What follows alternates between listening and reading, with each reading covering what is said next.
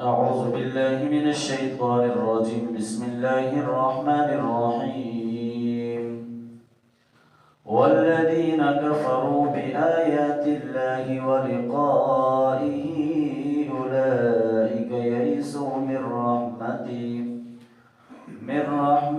وأولئك لهم عذاب أليم.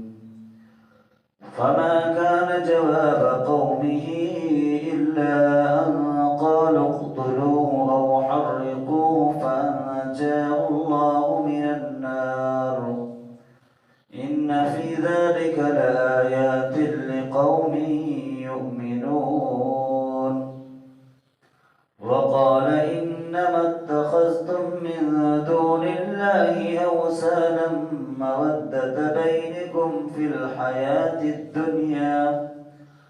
ثم يوم القيامة يكفر بعضكم ببعض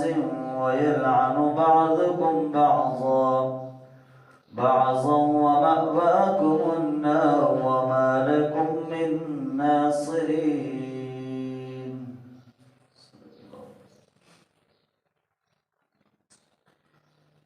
والذین کفروا بآیات اللہ، اور جن لوگوں نے اللہ کی آیات کا انکار کیا، وَلِقَائِهِ، اور اس سے ملاقات کا، اولئک یئسوا من رحمتی، یہی لوگ ہیں کہ جو اللہ کی رحمت سے مایوس ہو جائیں گے، وَأُولَئِكَ لَهُمْ عَذَابٌ أَلِيمٌ، اور یہی لوگ ہیں کہ ان کے لیے دردناک قسم کا عذاب ہوگا۔ یعنی اس سے مراد یہ ہے کہ جو لوگ اللہ کے احکامات کو نہیں مانتے ہیں، اللہ تعالیٰ کی آیات پر ایمان نہیں رکھتے ہیں اور اس کا واضح طور پر انکار کرتے ہیں، یعنی اللہ کی آیات سے انکار کرتے ہیں، اور دوسرا یہ کہ اللہ سے ملاقات کا بھی انکار کرتے ہیں۔ یعنی اس سے مراد جو آخرت کی زندگی ہے، جو مرنے کے بعد جو دوبارہ جو سارا مرحلہ ہے، ان سب چیزوں کا جب وہ انکار کرتے ہیں تو ایسے ہی لوگ ہوں گے کہ جو اللہ کی آیات کا انکار کرنے والے اور آخرت کا انکار کرنے والے، یہی لوگ ایک وقت آئے گا کہ وہ اللہ کی رحمت سے مایوس ہو جائیں۔ مراد یہ ہے کہ کل قیامت والے دن ان کے پاس سوائے ندامت کے، پریشانی کے، اور جو کچھ ہاتھ نہیں آئے گا، اور یہی لوگ جو ہے وہ ان کے پاس اس وقت کچھ بھی نہیں ہوگا۔ ظاہر دنیا کے اندر وہ اللہ کے احکامات سے منہ موڑے رہیں گے، تو کل آخرت کے اندر ان کے لیے کوئی حصہ نہیں ہوگا۔ اور ان لوگوں کے بارے میں اللہ نے کہا کہ انہی کے لیے جو ہے وہ دردناک قسم کا عذاب ہوگا۔ وَأُولَئِكَ لَهُمْ عَذَابٌ أَلِيمٌ، دردناک قسم کا عذاب جو جہنم کا عذاب ہے وہ ان لوگوں کے لیے ہوگا۔ فَمَا كَانَ جَوَابَ قَوْمِهِ، اور نہیں تھا ان کی قوم کا، یعنی ابراہیم علیہ السلام کی قوم کا جواب، إِلَّا أَنْ قَالُوا اقْتُلُوهُ، مگر یہ کہ انہوں نے کہا کہ ان کو قتل کر دو، او حرقوه، یا ان کو جلا ڈالو، فانجاه اللہ من النار، تو اللہ تعالیٰ نے ان کو آگ سے جو ہے وہ نجات دلائی۔ جو پچھلی آیات کے اندر جو بات ابراہیم علیہ السلام کا ذکر چلا تھا، تو وہاں پر وہ ساری چیزیں ذکر ہوئی تھی کہ کیا تم دیکھتے نہیں ہو کہ کیسے اللہ تعالیٰ جو وہ پیدا کرتا ہے،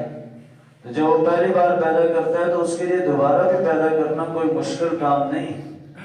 تو جب یہ قوم کے سامنے جب وہ ساری حقیقت ابراہیم علیہ السلام نے رکھی، تو اس وقت جو اس قوم نے یہ بات ماننے کے بجائے ہٹ درمی اختیار کی اور کہا کہ اپنے بتوں کی جو مدد کرو، اور ابراہیم علیہ السلام کو یا تو قتل کر ڈالو یا ان کو آگ کے اندر جو ہے وہ جلا دو، اور اس کے لیے جو ہے ان کے لیے آگ بھی جلائی گئی کئی دن تک، اور جب آگ کے شعلے جو وہ آسمان تک بلند ہو رہے تھے، اور پھر بالآخر ابراہیم علیہ السلام کو اس آگ کے اندر بھی پھینکا گیا۔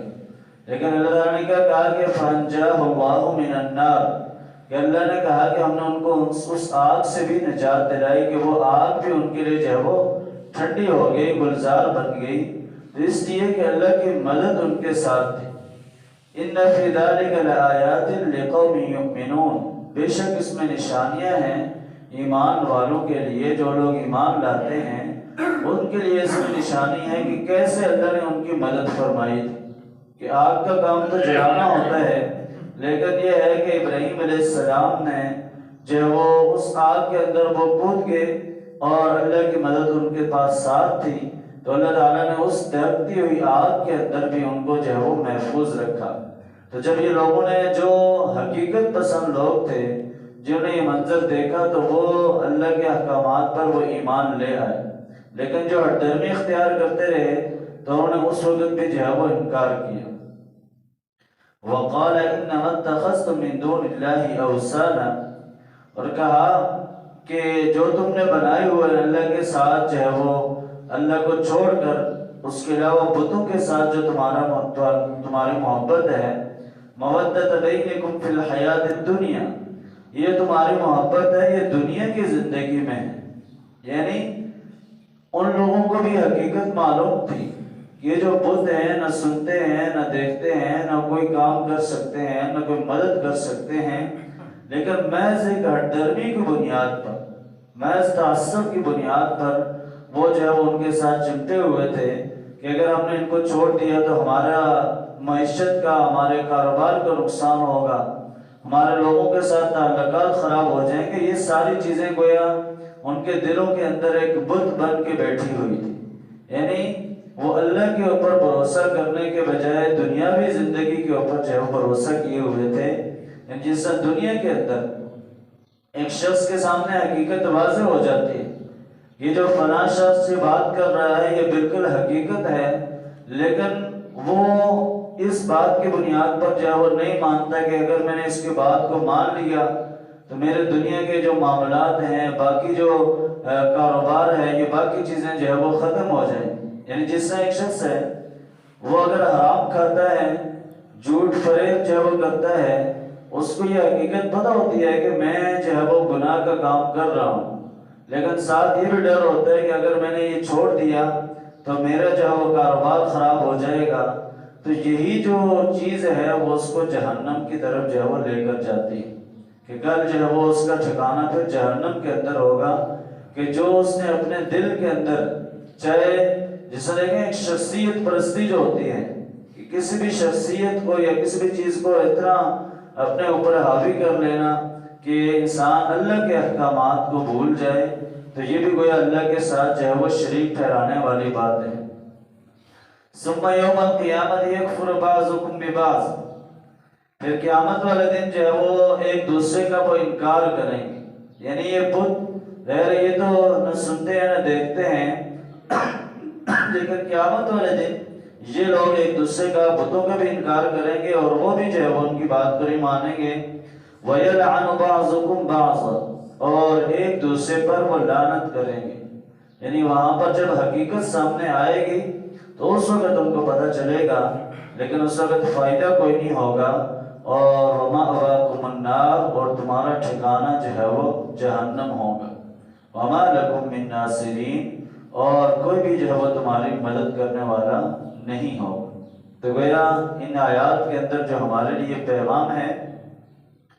کہ ہم نے اللہ کی عبادت کرنی ہے ایک خالص اللہ کی رضا کے لیے۔ اللہ کی رضا کے لیے کے علاوہ اگر ہمارے دل کے اندر کوئی اور بات ہوگی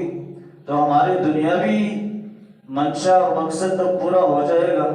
لیکن جو حقیقت میں عبادت کا مقصد ہے، اللہ کو ماننے کا مقصد ہے، وہ جو ہے وہ کسی طور پر پورا نہیں ہوگا۔ اور ایسے لوگ پھر دنیا کے اندر بھی ذلیل رسوا ہوتے ہیں اور آخرت کے اندر بھی ان کا ٹھکانہ پھر جو ہے وہ جہنم کے اندر ہوگا۔ اس لیے خالص اللہ کی عبادت کرنا، جس طرح ابراہیم علیہ السلام نے اپنی ساری قوم سے ٹکر لے لی، اپنی ساری قوم سے دشمنی لے لی، لیکن اللہ کی دوستی کو جو ہے وہ نہیں چھوڑا۔ تو حقیقت بھی یہی ہے کہ چاہے کوئی رشتہ دار ہے، چاہے کوئی کسی کے ساتھ تعلق ہے، لیکن اگر وہ غلط بات کر رہا ہے تو اس کی غلط بات کو غلط کہنا یہی جو ہے وہ اہل ایمان کی جو ہے وہ نشانی ہوتی ہے۔ لیکن اگر آپ کسی کی اس بات پر کسی کی غلط بات کو دفاع کریں کہ میرا اس کے ساتھ تعلق ہے یا کوئی اور رشتہ ہے، تو یہ کر اللہ کے ہاں جو ہے وہ اس کے لیے ناکامی کا سبب بنے گا۔ اس سے انسان کو حقیقت کے مطابق جو ہے وہ زندگی گزارنی اور اللہ کے احکامات پر جو ہے وہ چلنا چاہیے۔ اللہ تعالیٰ ہمیں